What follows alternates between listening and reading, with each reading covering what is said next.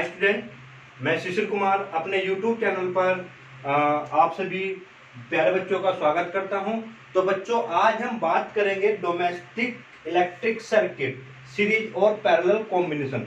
यानी कि domestic electric circuit का मतलब यहाँ पे होगा जो हमारे घरों में जो सर्किटिंग होती है, यानी कि जो वायरिंग होती है, ठीक है ना, तो वो किस तरीके से काम करते हैं और जो वो सीरीज कॉम्बिनेशन होता है या पैरेलल कॉम्बिनेशन होता है। तो हमें ये चीज आज की क्लास में सीखनी है। तो बच्चों, आज मैं थ्योरी के बारे में बात करूंगा, ठीक है, ज्यादा से ज्यादा समझाने की कोशिश करूंगा।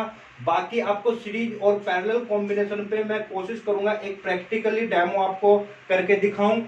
तो देखो बच्चों, यहाँ पर मैंने दो डायग्राम बनाए हुए हैं, नंबर 1 और नंबर 2।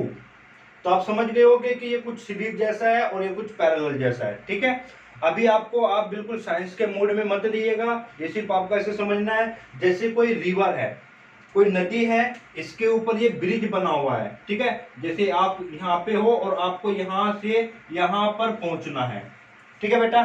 तो आपको अगर यहाँ से यहाँ पर पहुंचना है तो आप इस पाथ को कवर करोगे, ठीक है। ये आपका ब्रिज है, तो मैं ये मान के चलता हूँ कि भाई ये ब्रिज है, अभी क्या है, यहाँ से कनेक्ट तो नहीं है ना।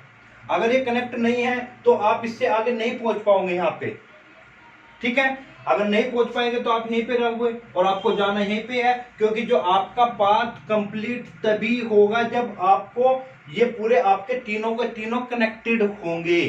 मान लो आपने ये कनेक्ट किया, ये कनेक्ट हो गया, मान लो ये चीज या ये ब्रिज आपका बिल्कुल सही है, जुड़ा हुआ है, मतलब कि तो ठीक है, आप यहां से यहां पे पहुंचे, चलो जी। बट यहां तक तो पहुंच गए, फिर से जो ब्रिज है वो टूटा हुआ है। अगर ये ब्रिज, ये पुल अगर टूटा हुआ है, फिर आप आगे नहीं बढ़ पाओगे, पहुंच पाओगे।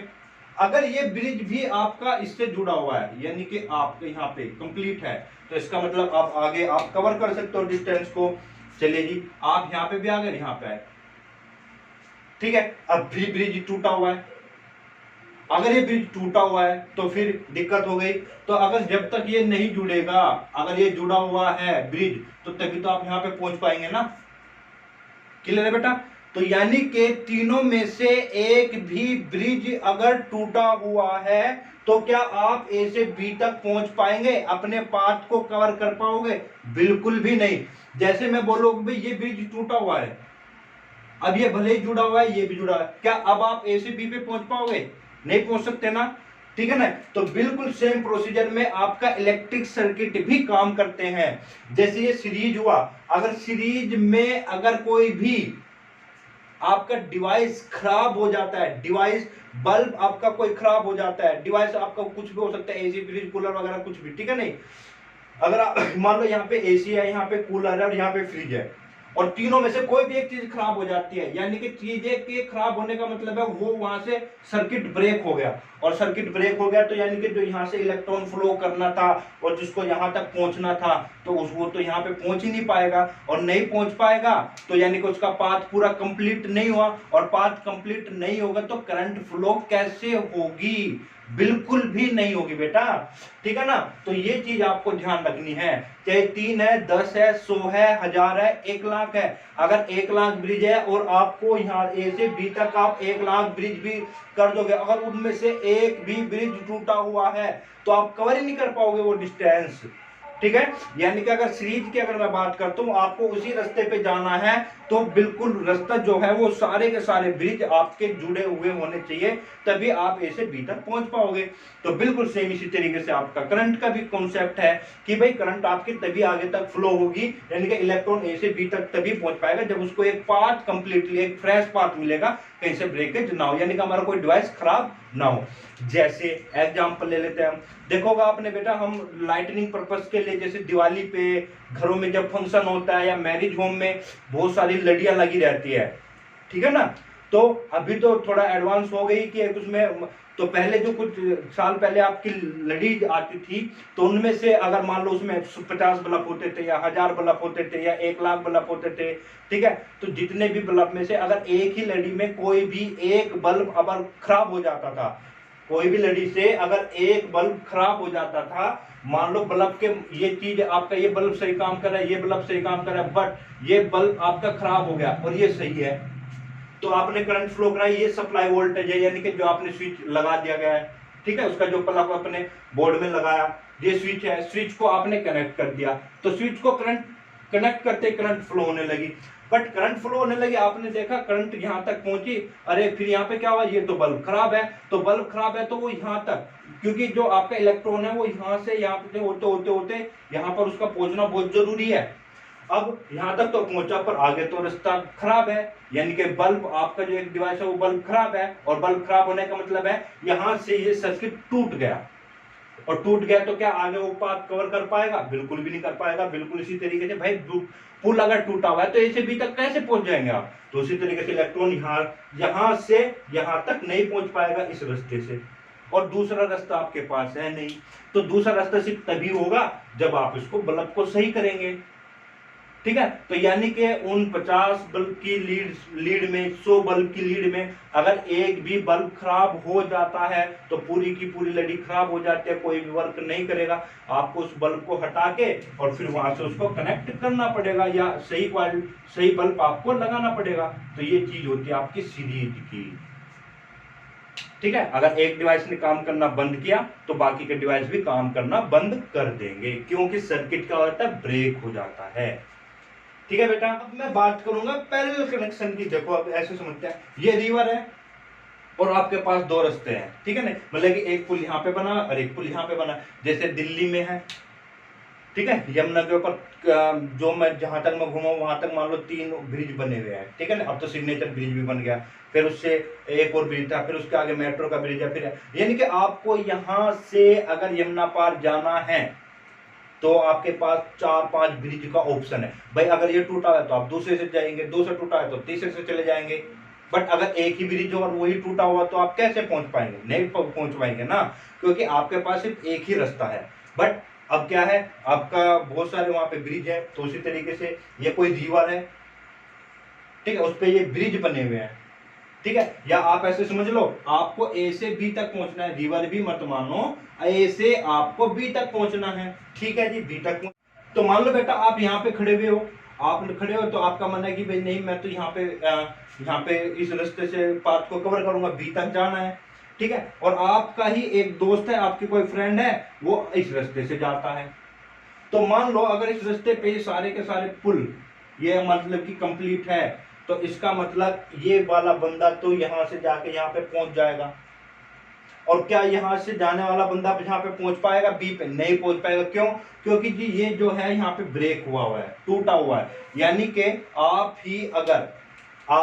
यहाँ पे खड़े हुए हो, ठीक है, और आपके पास दो रास्ते हैं, या तो ये वाला या ये वाला, तो आपको ए से बी तक पहुंचना है, तो आप इस रास्ते से जा सकते हो या इस रास्ते से।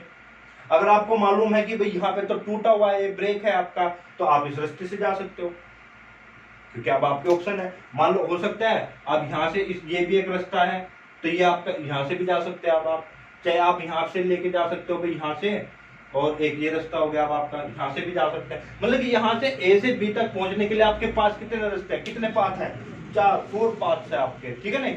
तो आप उसी रास्ते को प्रीफर करोगे कि भाई जिस रास्ते पे आपका कोई भी ब्रेक पॉइंट नहीं है, तो आप इससे जाओ, सीधे जाओ या इससे जाओ, जाना आपको कहां पर, बी पर ही है, ठीक है। अगर आप इससे जाते हो तो क्या पहुंच पाओगे, अगर आप ये इस पाथ को फॉलो करते हो तो क्या आप यहाँ पे पहुंच पाओगे, नहीं पहुंच पाओगे। क्यों?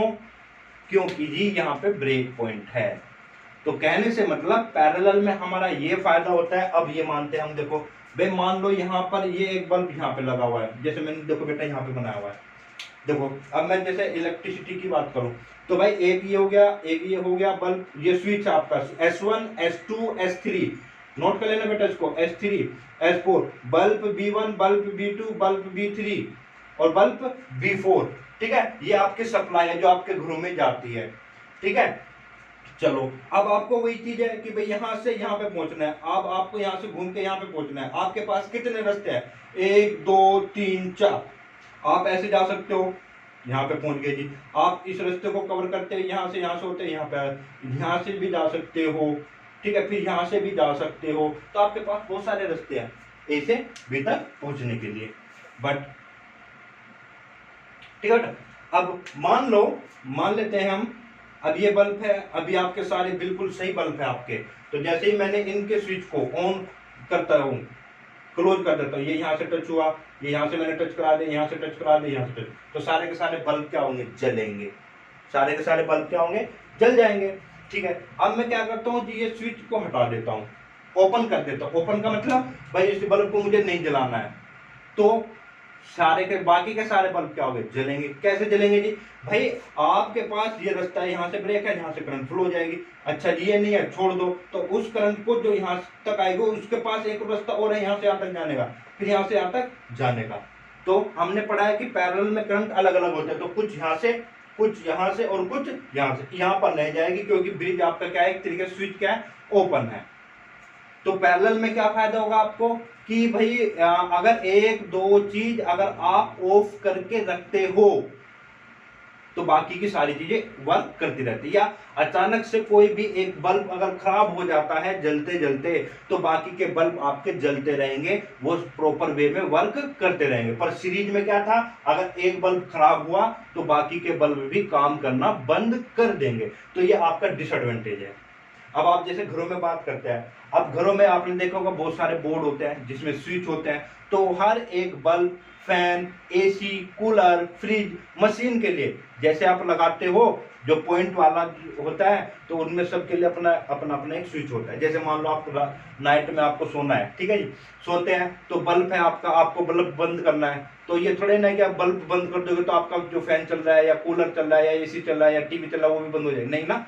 अगर आप बल्ब को बंद करना चाहते हो तो बल्ब ही बंद होगा, बाकी के जो आपके इक्विपमेंट है, इलेक्ट्रिकल इक्विपमेंट है, वो सारे प्रॉपर वे में वर्क करते रहेंगे। पर अगर आपके घरों में वही आपकी जो फिटिंग है, ठीक है, कनेक्शन है, अगर सीरीज में होते तो अगर आपने बल्ब बंद कर देते तो उस कमरे में जितने भी आपके डिवाइस होते जैसे fan, TV, cooler, AC, refrigerator, जो भी होता वो सब भी बाकी काम करना बंद कर देते। अब हमें ये देखना है कि भाई फायदा कहां पर है, तो फायदा में कहां पे है, पैरेलल कॉम्बिनेशन में। क्यों, क्योंकि मैं वहां पर आपके पास हर एक डिवाइस के लिए अलग अलग स्विच होता है, जिसको मैं चाहूं तब ओपन कर सकता हूं, जिसको चाहूं तब मैं क्लोज कर सकता हूं। तो अपने अकॉर्डिंग मैं इलेक्ट्रिकल इक्विपमेंट को अपने रिक्वायरमेंट के अकॉर्डिंग उनका यूज कर सकता हूं। इसलिए आपके घरों में पैरेलल कॉम्बिनेशन का यूज किया जाता है। और उसका एक और फायदा होता है, देखो यहाँ पे तो वोल्टेज अलग अलग जाएगी, और वोल्टेज क्या होती है जी, V equals to I R आपने पढ़ा हुआ है, और I तो यहाँ पे क्या है, I क्या होते हैं यहाँ पे सेम। अगर I सेम है तो ऐसे छोड़ दे आप, इसको मैं ऐसे लिख सकता हूँ V directly proportional to R, V directly proportional to R, क्योंकि I क्या है, सेम है। तो यानी कि जितनी ज्यादा रेजिस्टेंस उतनी ज्यादा वोल्टेज ड्रॉप। तो यहाँ पे तो सारा हमें पता है सीरीज में क्या होता है, वोल्टेज डिवाइड होके जाती है, यानी कि आपने 220 वोल्ट अप्लाई किया तो यहाँ पे रेजिस्टेंस ज्यादा है तो इसका थोड़ा सा पार्ट ज्यादा खर्च यहाँ पे होगा, आगे तो कम ही पहुंचेगा ना, फिर उससे कम आगे पहुंचेगा, उससे कम आगे पहुंचेगा, तो एक समान वोल्टेज आपको नहीं मिल पाएगी। जबकि आपके घरों में ज्यादातर सारे डिवाइस 220 वोल्ट पे ऑपरेट होते हैं। तो अगर आपके मान लो ये टीवी है तो इसको तो मान लो 220 वोल्ट आपने अप्लाई की, अगर ये 200 की 220 यही खर्च कर गया तो बाकी कहां से काम कर लेंगे, नहीं करेंगे ना। तो हर एक इक्विपमेंट को आपको ऑपरेट कराने के लिए 220 वोल्ट सप्लाई देनी पड़ेगी, ठीक है बेटा। तो वो खासियत कहां पे मिलेगी आपको, वो चीज कहां पर मिलेगी, पैरेलल कॉम्बिनेशन में, क्योंकि हमने वहां पे पढ़ा है कि पैरेलल कॉम्बिनेशन में जो वोल्टेज है वो इक्वल रहती है। यानी कि मान लो ये एसी है, ये फ्रिज है, ये कूलर है और ये टीवी है, और आप देखोगे सबके स्पेसिफिकेशन पे एक चिट लगी रहती है, तो उस पे लिखा रहता है कि इतनी वोल्टेज इसको चाहिए होगी, इतना करंट इसको चाहिए होगा, ठीक है जी, इसकी पावर इतनी इतनी वाट पावर है आपकी, ठीक है। तो आपको ये ध्यान रखना है फिर, यानी कि हर एक डिवाइस पे आप देख लेना, चाहे आप घरों पे जितने भी डिवाइस है 200 से 220 वोल्ट या 240 वोल्ट की रेंज होती है, उसमें लिखा रहता है कि वोल्टेज आपको लिखा रहेगा 200 से 220 या 40, ठीक है। नहीं, अगर आप इससे कम या इससे ज्यादा देते हो तो डिवाइस आपका खराब हो जाता है, क्योंकि कंपनी जब मैन्युफैक्चर करती है, या जो इंडिया का जो स्टैंडर्ड है, हमारे घरों में जो वोल्टेज आती है 220, 240 या 200, अगर उससे आपने लो देखा भी होगा, कभी कभी कहते हैं यार लाइट डिम आ रही है, तो आपके समरसेबल है, टीवी है या कूलर है, फ्रिज है, वो अच्छे से ऑपरेट नहीं करते हैं, और खराब होने के चांसेस भी क्या हो जाते हैं, आपके बढ़ जाते हैं, ठीक है बेटा। तो ये चीज ध्यान रखना है। अगर तो हमारे घरों में जितने भी डिवाइस है, हमको उस तरीके से उनकी सेटिंग करनी है कि हर एक को वोल्टेज सेम मिले, और वो कब पॉसिबल है, जब आपके जितने भी डिवाइस है पैरेलल कॉम्बिनेशन से कनेक्टेड होंगे। ठीक है बेटा, इसी में पहली हेडिंग करके लिखेगा series circuit for domestic wiring. ठीक है, डिसएडवांटेज लिखेगा इसका। Disadvantage number 1, in series circuit if one electrical appliance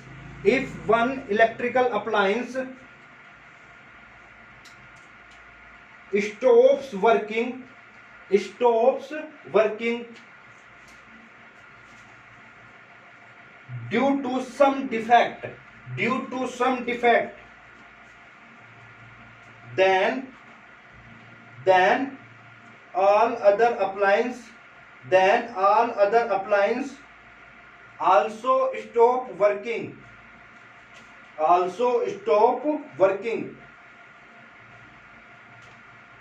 bracket में लिख लेना because the whole circuit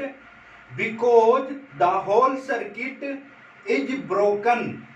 अभी बताया था ना, अगर एक डिवाइस काम करना बंद कर दे तो यानी कि पूरा का पूरा सर्किट क्या हो गया, आपका ब्रेक हो गया। ठीक है, तो पूरे का पूरा काम करना बंद कर देगा। सेकंड पॉइंट लिखना बेटा, in series circuit all the electrical appliances have only one switch, due to which they cannot be turned off, turned off or on। Of के लिए लिखना और डबल एफ, ऑफ बंद करना यानी कि ऑन करना, और ऑन सेपरेटली। देखो, जैसे अगर मेरी इच्छा है कि भाई मुझे इस बल्ब को जलाना है, मेरी इच्छा है भाई मैं इस बल्ब को जलाना चाहता हूं, पर स्विच तो एक ही है ना। अब स्विच एक है तो भाई जलेंगे तो सारे एक साथ जलेंगे, नहीं जलेंगे तो कोई भी नहीं जलेगा। अब सीरीज सर्किट में ये नहीं कि मेरी इच्छा यही है तो मैं इसको जला के छोड़ दूं, नहीं हो सकता, ऐसा पॉसिबल ही नहीं है सीरीज में। ठीक है बेटा, फिर नेक्स्ट थर्ड पॉइंट लिखिएगा, in series circuit the appliances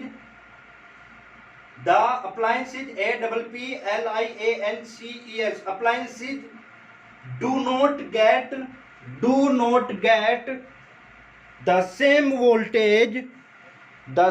voltage bracket में लिख लेना बेटा 220 220 वोल्ट ब्रैकेट बंद, as that of power supply line। जैसे यानी कि यहाँ पे हमारी पावर सप्लाई लाइन ये है, कितनी सप्लाई करें 220 वोल्ट, और हमने क्या बताया यहाँ पर वोल्टेज अलग अलग होते हैं सीरीज में। जो लास्ट क्लास मैंने बताया था कि सीरीज में वोल्टेज अलग अलग होती है, तो यहाँ पे कुछ जाएगी, फिर बची हुई यहाँ पे जाएगी, फिर बची हुई यहाँ पे जाएगी, फिर बची हुई यहाँ पे जाएगी। तो सारे के सारे डिवाइसेस को आपको 220 वोल्ट अप्लाई नहीं हो पाएगी।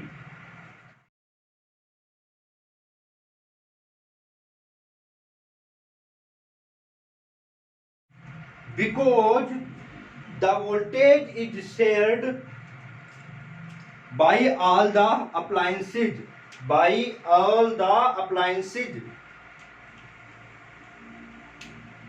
So hence the appliance get less voltage, and hence do not work properly। तो हमने कहा था कि अलग अलग वोल्टेज जाएगी, और जिस डिवाइस को हमारे घर में ज्यादातर जो डिवाइस है वो 220 वोल्ट पर ही ऑपरेट होते हैं, 200 से 220 वोल्ट पे, ठीक है, 40 वोल्ट तक, 200 से 240 वोल्ट तक। ठीक है ना बेटा, तो वहां पर अगर वोल्टेज उसको कम मिलेगी तो वो प्रॉपरली ऑपरेट ही नहीं करेगा, तो खराब होने के चांसेस जल्दी और बढ़ जाएंगे उसके। ठीक है ना, फोर्थ पॉइंट लिखेगा, the overall resistance of the circuit increases too, too much, due to which the current from the power supply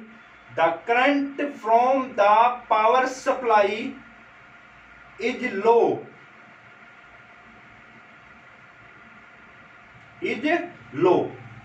ठीक है बेटा।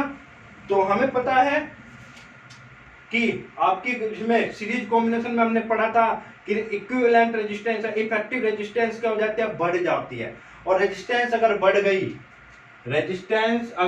गई तो वोल्टेज भी, सॉरी, अगर आपकी रेजिस्टेंस बढ़ जाती है तो करंट आपकी क्या होगी, कम होगी। रेजिस्टेंस अगर बढ़ जाती है यानी कि जिस भी डिवाइस की रेजिस्टेंस ज्यादा होगी तो उस डिवाइस में करंट आपकी क्या हो जाएगी, कम हो जाएगी, तो तब भी दिक्कत, ठीक है ना। तो अब लिखना, एक ही इसका एडवांटेज है, ठीक है जी, लिखना अब इसी में ही एडवांटेज। अभी तक तो हमने डिसएडवांटेज की बात की थी सी सर्किट की, अब एडवांटेज की बात करते हैं।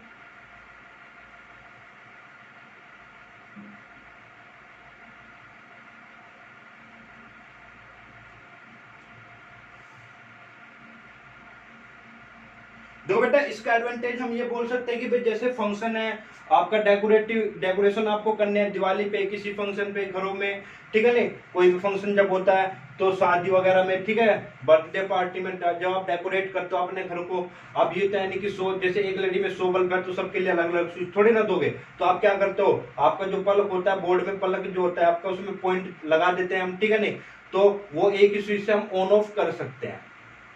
बस यही एडवांटेज है इसका, और इससे ज्यादा कोई एडवांटेज नहीं है, ठीक है जी। चलो आप लिख सकते हैं।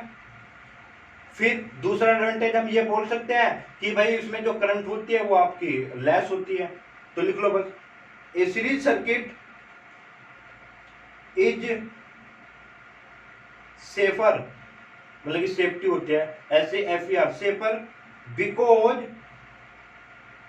Because the current in it is smaller, current आपकी क्या होती है, लेस होती है। तो एडवांटेज और डिसएडवांटेज आपके दोनों हो गए। तो ये चीज अगर आपको समझ में आती है तो आप अपने आप से भी बना के लिख सकते हैं।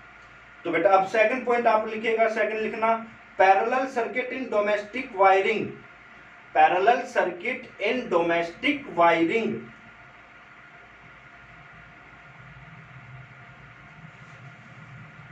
तो सबसे पहला पॉइंट लिखेगा आप इन पैरेलल सर्किट। तो पैरेलल को आप ऐसे भी लिख सकते हो, सिंपल, पैरेलल और सर्किट, शॉर्ट में ये लाइन आपकी पैरेलल को शो करते हैं, तो पैरेलल और सर्किट, बस इतना लिख के छोड़ दिएगा। In parallel circuit, if one electrical appliance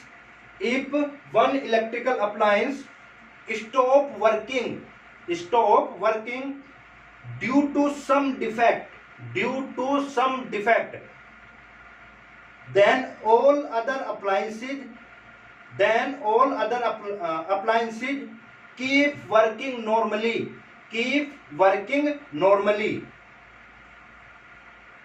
ठीक है। जैसे हमने कहा था ना कि भाई हमने बहुत सारे बल्ब या बहुत सारे डिवाइस पैरेलल में कनेक्ट कर देते हैं। अगर मान लो ये वाला बल्ब खराब हो जाता है तो बाकी के तो तीनों बल्ब आपके B1 वाला, B3 वाला, B4 वाला क्या करेगा, ग्लो करेगा, जलेगा। अगर मान लो B2 और B3 वाले खराब हो जाते हैं तो भाई B1 और B4 वाला काम करेगा।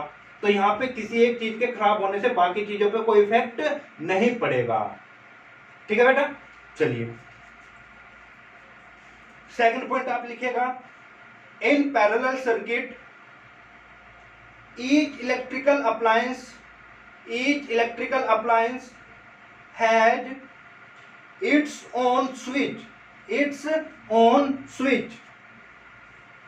due to which it can be turned on, turn on or off, independently, INDEPENDENTLY,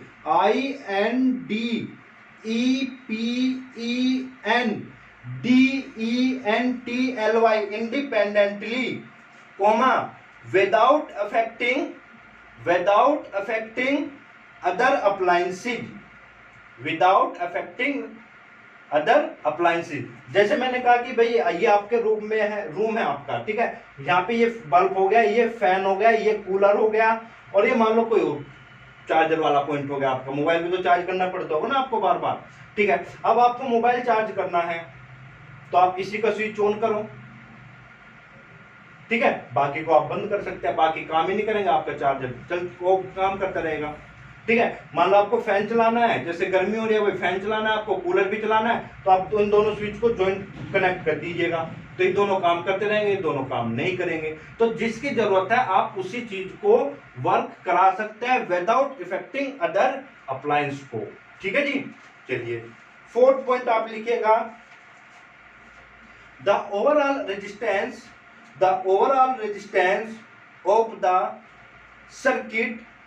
of the circuit is reduced due to which the current flow from the power supply is high। Series में क्या तो थी current लो, यहां पे क्या होगी, high होगी current supply, ठीक है। और नेक्स्ट पॉइंट आप इसमें लिखिएगा, इन parallel circuit each electrical appliance get the same voltage, bracket में लिखिएगा 220 volt, as that of the power supply line। तो बेटा ये थे आपके सीरीज और पैरेलल कॉम्बिनेशन के फायदे और नुकसान, ठीक है। तो चलिए बेटा अब हम नेक्स्ट टॉपिक की बात करते हैं। नेक्स्ट टॉपिक है हमारा इलेक्ट्रिक पावर एंड एनर्जी, ठीक है। तो इसमें भी सबसे पहले हम बात करेंगे इलेक्ट्रिक पावर की, ठीक है। तो इसमें सबसे पहला पॉइंट आप लिखिएगा, सबसे पहला पॉइंट ये आपकी डेफिनेशन है, ठीक है, लिखे, electric power is the electrical work done, electrical ELECTRICAL, electrical work done per unit time, इसी में और करके लिखिएगा, नीचे लाइन से electric power is the electrical energy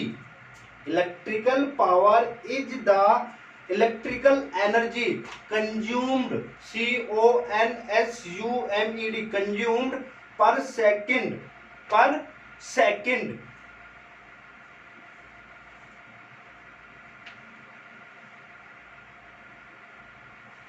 फिर इसमें नोट करके लिखेगा, नीचे लाइन से नोट करके लिखेगा।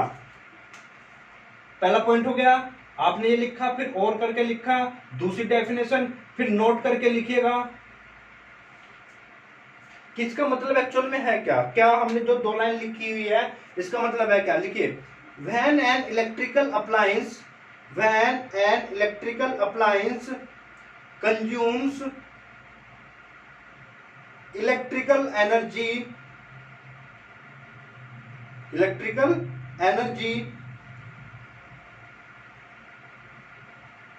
at the rate of 1 joule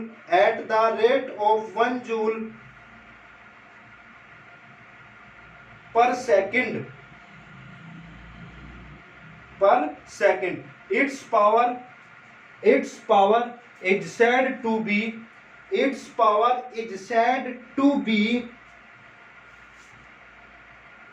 1 watt, WATT volt, ठीक है जी। चलिए अब हम डेफिनेशन की तरफ जाते हैं और कुछ फॉर्मूले ड्राइव करेंगे बेटा इस पे, ठीक है। नहीं तो हमने ये डायग्राम बनाना। अब आप यहाँ पे ये डायग्राम बनाने के बाद में डेरिवेशन करेंगे पावर के लिए।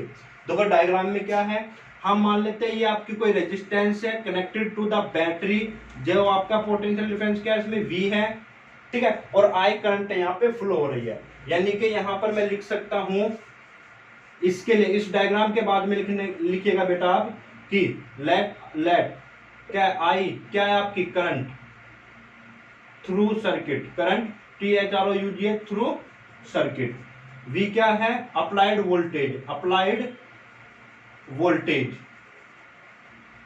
ठीक है जी, R क्या है रेजिस्टेंस ऑफ सर्किट, ठीक है बेटा। चलिए तो हम बात करेंगे अब, तो डेफिनेशन पे जाना, डेफिनेशन से ही फॉर्मूला पूरा टाइम हो जाएगा। उसने क्या कहा है, electrical power is the work done per unit time. तो हमने क्या कहा था, जब भी पर यूनिट टाइम आता है तो डिवाइड में लिखना है। तो पावर क्या है जी, इलेक्ट्रिकल पावर क्या थी, वर्क डन पर का मतलब डिवाइड, यूनिट टाइम का मतलब टी। तो ये हो गया पावर का formula, power is equal to में W अपॉन में टी, ठीक है। चलिए नोट करिए बेटा इसको। और फिर इसमें लिखिएगा आप वी नो क्या जानते हैं जी, हमने पढ़ा है कि V इक्वल टू में W अपॉन Q, ये फॉर्मूला हमने पढ़ा है, बिल्कुल पढ़ा है जी। और हमने ये भी पढ़ा है I इक्वल टू में Q अपॉन T, बिल्कुल पढ़ा है जी। और फिर इसी फॉर्मूले को अगर मैं लिखूं तो Q की वैल्यू निकालूं तो मैं लिख सकता हूं I इंटू टी, बिल्कुल लिख सकते हैं जी।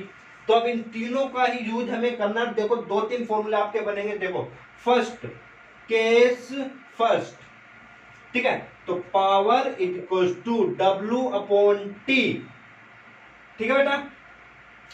W की वैल्यू मैं क्या लिख सकता हूं, यहां से W की वैल्यू लिख सकता हूं मैं W is equal to Q into V, लिख सकते हैं ना बेटा। तो पावर इज इक्वल टू क्या हुआ, W की वैल्यू कितनी हो गई जी, QV, ठीक है जी। अच्छा अपॉन में टाइम, फिर Q की वैल्यू कितनी है आपके पास, IT इंटू V अपॉन में T से T कैंसिल, तो पावर इज इक्वल टू कितना हुआ जी, V इंटू IE। ये फर्स्ट फॉर्मूला बना, ठीक है। एग्जाम में ये और ये करके दिखाने की जरूरत नहीं है आपको। आपसे कहते हैं कि ड्राइव द फॉर्मूला, तो पहले डेफिनेशन लिख देगा, फिर ये डायग्राम बना देना आपको, फिर आप ये नोटेशन बता दीजिएगा क्या है, फिर power equals to W upon में T आप लिख सकते हो। बस ये आपके फॉर्मूला आपको मालूम होने चाहिए। तो अगर एग्जाम में ये फॉर्मूले नहीं भी लिखोगे तो कोई भी दिक्कत नहीं है। तो हमें पता है कि वर्क डन कितना होता है, Q इंटू वी अपॉन में T। Q का फॉर्मूला फिर हमने पढ़ा है I इंटू टी, तो T से T कैंसिल, तो ये बन गया फॉर्मूला। तो ये यानी कि पावर इक्वल टू कितना हुआ जी, पोटेंशियल डिफरेंस। ये शॉर्ट में मैं पोटेंशियल डिफरेंस या वोल्टेज, पोटेंशियल डिफरेंस या वोल्टेज इनटू में क्या है जी, करंट, नोट करिएगा बेटा। फिर इसी के नीचे आप लाइन में लिखिएगा, इसी के नीचे लाइन में आपको लिखना है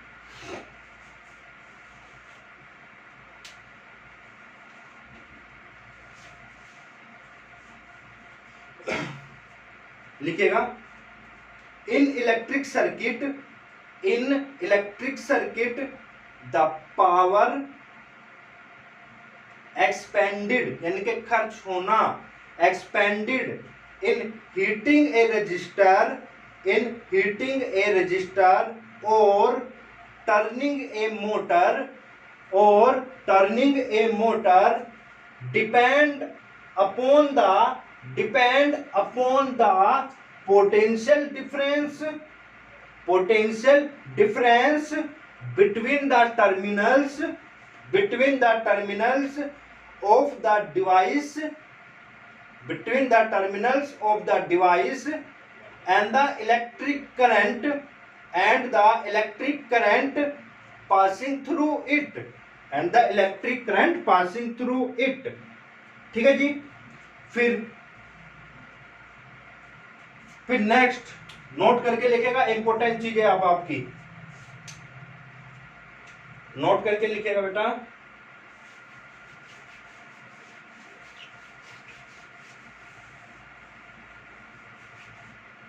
अब नोट करके लिखिएगा।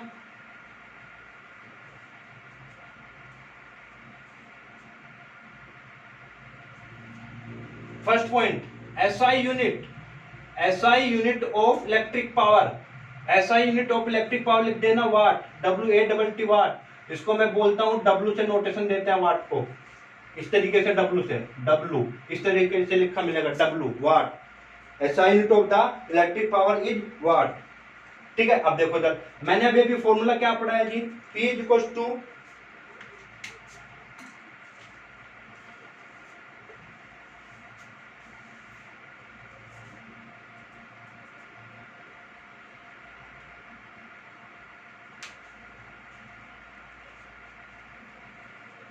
तो नेक्स्ट आप नोट करके लिखेगा बेटा।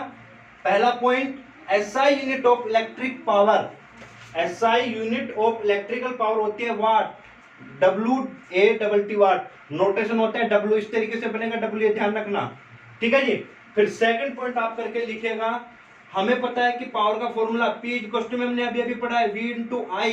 तो पावर का मतलब हो गया 1 वाट, WATT वाट। ठीक है जी, 1। V का मतलब होता है वोल्ट, 1 वोल्ट, और करंट की यूनिट होती है एम्पियर। ठीक है ना, वोल्ट और एम्पियर, तो यानी कि 1 वाट इक्वल टू 1 वोल्ट एम्पियर। तो ये भी एक तरीके से यूनिट हो गई आपकी। तो 1 वाट इक्वल टू हो गया आपका 1 वोल्ट एम्पियर। ठीक है जी। चलो अब यहाँ पे इसी के बारे में लिखना, इसी के बारे में कंटिन्यूअस लाइन से लिखना। 1 watt is the power, 1 watt is the power consumed by an electrical device, consumed by an electrical device which when operated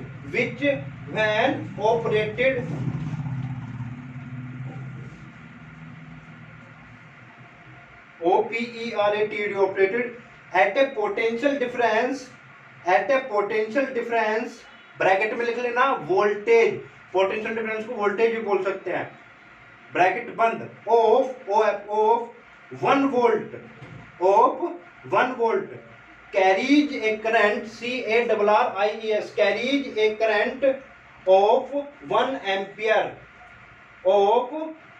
ampere. ठीक है बेटा। थर्ड पॉइंट लिखिएगा आप, bigger units of power, bigger units of power, bigger units of power. कौन कौन सी unit होती है जी आपकी ऑफ पावर? तो इसी में थर्ड पॉइंट था ना आपका, ये इसमें लिखिएगा। नंबर 1 है आपका 1 kW, kW का मतलब है किलोवाट, 1 किलोवाट। तो ध्यान रखना 10⁻³ वोल्ट। ठीक है जी। फिर होती है आपकी 1 मेगा W, ये कैपिटल M होता है, स्मॉल m नहीं होता, ध्यान रखना। स्मॉल m होगा तो मिली हो जाएगा, पर कैपिटल M है, ये कैपिटल M ऐसे वाला वाट, तो ये होता है मेगा, 1 मेगा वाट। और बेटा मेगा वर्ड कहीं पे भी जुड़ा हो, मेगा नहीं, मेगा वर्ड कहीं पे भी जुड़ा होगा तो 10⁶ वाट हो जाएगा। तो मेगा का मतलब ध्यान रखना 10⁶।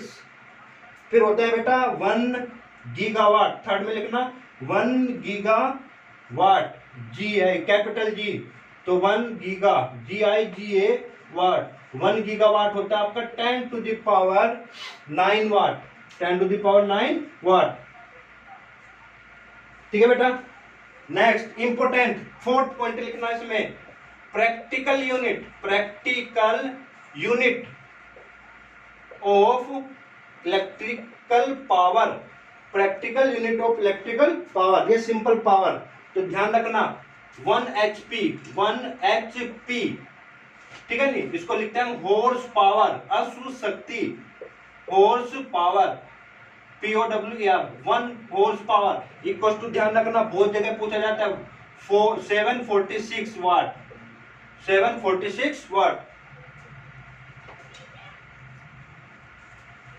ठीक है ना बेटा। तो ये ध्यान रखना है आपका। तो 1 HP, ये अगर वो सिंपल पूछे कि SI unit of the SI unit of the electrical power, तो 1 वाट, वाट होता है, WA वाट। उसका सिंबल क्या हो गया, W। अगर आपसे पूछे कि बिगर यूनिट, तो आप बोल सकते हो किलोवाट में भी होती है, मेगावाट में भी होती है, और जी गीगावाट में भी होती है। फिर एक यूनिट और आपने पढ़ी है कि 1 वाट इक्वल टू 1 VA वोल्टेज और एम्पियर। फिर अगर वो आपसे पूछे कि प्रैक्टिकल यूनिट, अगर वो वर्ड जोड़े कि practical unit of the power, तो तभी आप ये लिखोगे, वरना अगर सिंपल यूनिट की बात करता है तो या तो वाट लिखोगे या VA लिखेंगे, ठीक है बेटा। और प्रैक्टिकल यूनिट होती है 1 HP, तो H का मतलब होता है हॉर्स, P का मतलब होता है पावर, इक्वल टू 746 वाट। तो ध्यान रखना बेटा इसको। देखो बेटा, अब हम बात करेंगे जो हमने पावर का फॉर्मूला ड्राइव किया था ना, ये वाला P इक्वल टू में VI, मैंने वहां पे लिखवाया था केस फर्स्ट, ठीक है ना, V और ये I है। V का मतलब वोल्टेज पोटेंशियल डिफरेंस, I का मतलब करंट। अब इसी फॉर्मूले को हम 2-3 रूप में बदलेंगे। तो केस सेकंड के बारे में हम बात करते हैं कि power in terms of the I and R। तो I यानी कि I का मतलब यहाँ पे करंट है, R का मतलब क्या है बेटा, रेजिस्टेंस। तो अब मैं इस फॉर्मूले को सिर्फ और सिर्फ I और R के टर्म में बदलेंगे। देखो हमें पता है V know power equal to V into में I, और देखो Ohm's law by Ohm's law, हमने ये भी बखूबी पढ़ा है कि V इक्वल टू IR होता है जी। V इक्वल टू क्या होता है, IR। मुझे फॉर्मूला किसमें बदलना है, I और R में, यानी कि I तो मेरे पास है, यहां से V को हटाना है आपको, तो V को हटा दीजिए। तो V का फॉर्मूला यहाँ पे मैं क्या लिख सकता हूँ, I और R, और इनटू में I तो पहले से ही था, तो फॉर्मूला क्या बन गया जी, I स्क्वायर R। तो ये एक नया फॉर्मूला बन गया पावर का, I स्क्वायर R, तो करंट और रेजिस्टेंस की फॉर्म में। तो बेटा उसी तरीके से केस थर्ड के बारे में बात करूं, तो हमें पता ही है कि V know power equal to V into I। तो बेटा फिर से वही बाई ओम्स लो, तो हमने ये भी पढ़ा है कि V इक्वल टू में क्या होता है बेटा, IR होता है। अब आपको फॉर्मूला देखना है कि V और R की फॉर्म में बदलना है। किसकी फॉर्म में बदलना है, V और R की फॉर्म में। तो जब आप इसको V और R की फॉर्म में बदलेंगे, तो यहां से आपको I हटाना पड़ेगा, यहां से आपको I को हटाना पड़ेगा, और I की वैल्यू मैं लिख सकता हूं यहां से, इस वाले फॉर्मूले से, I equal to V upon R। तो यानी कि मैं यहां पे लिख सकता हूं power is equal to V तो V रहेगा, और I की जगह V अपॉन R। तो फॉर्मूला क्या बना बेटा, V स्क्वायर अपॉन R। तो ये चीज हो गई आपकी, तो ये आपका फॉर्मूले बनेगा। तो यानी कि आपके पास इलेक्ट्रिक पावर के 3 फॉर्मूले हो गए। इसको नोट करने के बाद आप लिखिएगा नोट। तो इलेक्ट्रिकल पावर POWR पावर, आपके 3 फॉर्मूले हो गए। कौन कौन से हो गए जी, बॉक्स में बंद कर देना, याद रखना है आपको। Number 1 P equal to VI, P equal to I square R, और ये P equal to V square upon R बेटा। तो ये चीज ध्यान रखनी है आपको, ठीक है, नोट कर लीजिए आप।